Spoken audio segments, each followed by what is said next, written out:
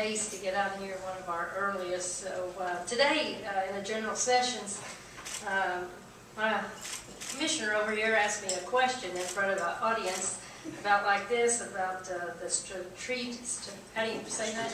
There you go. Plan for the next 5 years. And thank goodness my president, after about a 20-second delay, said, "It looks good, Vic." So that was my reply, so I do appreciate that. But what a day it has been already, and I don't want to take too long. But I do have a few things to say, and gentlemen, it is a humbling experience to stand up here, and when you're accepting something of this magnitude from a coach, you all were players. It's a little bit different as a coach. You have a lot of people to thank because it's always a team effort. But first I want to say to all the inductees, congratulations, and what an honor it is to be in your group.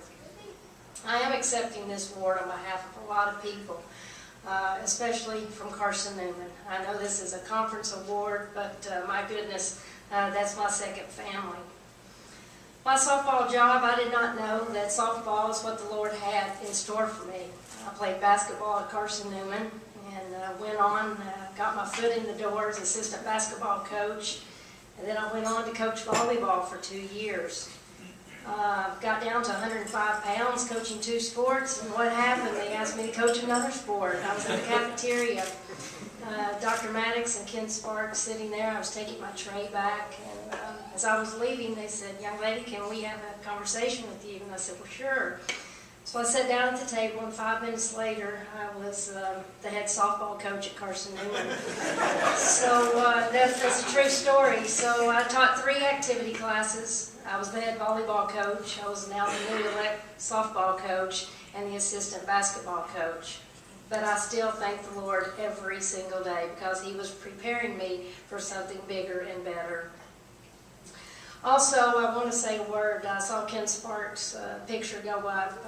I don't know anywhere else that you could coach in the country, but I received a voice message yesterday, and we know the trials that gentleman is going through in his life, but to wish me well and that in some way that the Lord could use me today when I was speaking to this audience here. So our hearts and prayers are over Coach Ken Sparks.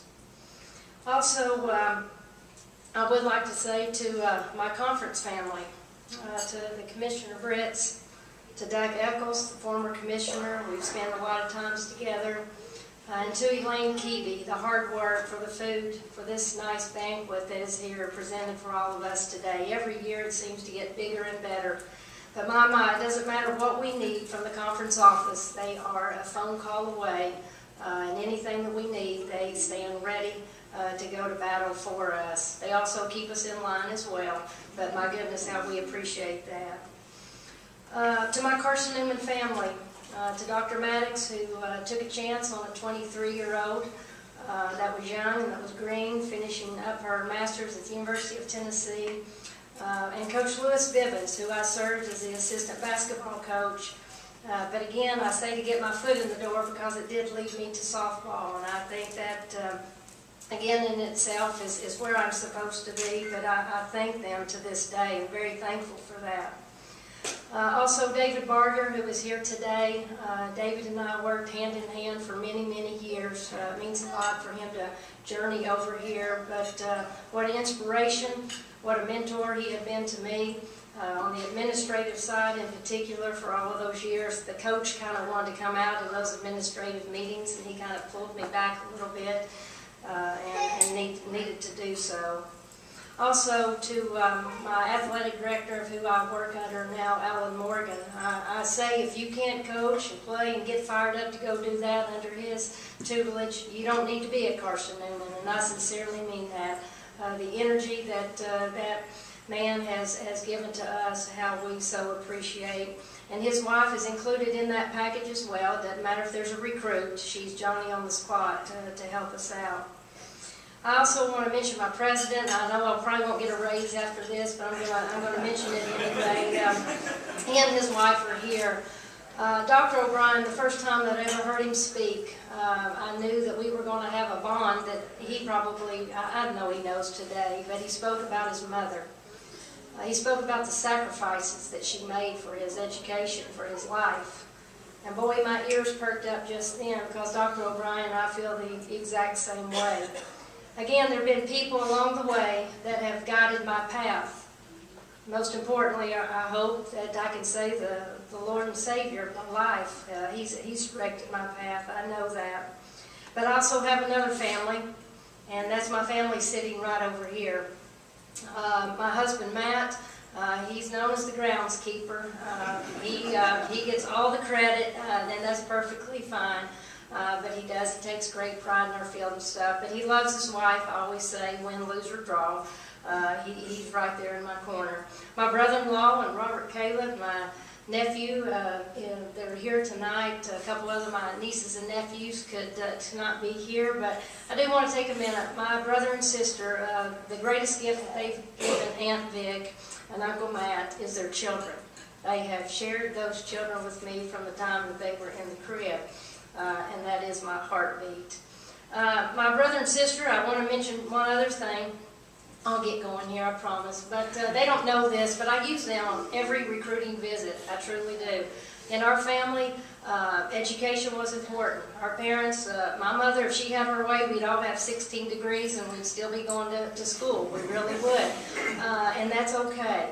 But as far as my brother and sister, my sister was magna cum everything, and I was just mad. I got that diploma, and I was fired up about it, But she was one of those places, in a practice, come home, study, do all of those things. But I challenge our student athletes when they come up. I can talk about Sharon, my sister, and how she dedicated her time to studies and all those types of things. And again, you either go to Georgetown College or you go to Carson-Newman. Right now, Carson-Newman, we've got more in the Kazee family that have gone that route. My brother went to Carson-Newman. He's now an attorney. After he graduated from Carson-Newman, he went on to Memphis State. And I use my brother as an example of how prepared. Joe Bill Sloan, 30 cases, he had to memorize in 2 days, and you got to be prepared. So. See, you're used in the recruiting process as well, brother and sister. And again, to my mother and my father, how delighted I am that I can share this moment with my mom and dad. There's nothing hidden there, the love that I have for them. I always have said growing up that I wanted to be like my mom and dad. And when you're a preacher's kid, they'll snap those fingers and humbly and gently say, but keep your eyes on Jesus Christ. I appreciate that. But that's where our parents were, and that's the kind of direction. Again, I don't know that we always, as kids, could measure up to all their standards, but we strive to do that. And I am thankful to this day for the love that they've given to each of us. I'm going to knock out 2 or 3 things, but I'll be quick right here. As far as our conference and trying to provide leadership from among all of our schools, that's what this conference is all about. I've kind of been on a whirlwind. I wish that my team had been playing Sheena Holler. Over there, Michelle Cadigan at Wingate had her club, and I had to serve as the site rep, so I'd much rather been playing. But I mentioned those two because those two ladies, we have done a lot of battles on the field. But I can assure them, once it gets beyond Carson-Newman, when we're in regional or super regional, whatever it may be, I'm in the corner pulling for you all. But next year I hope to be playing, and somebody else can serve as the site rep.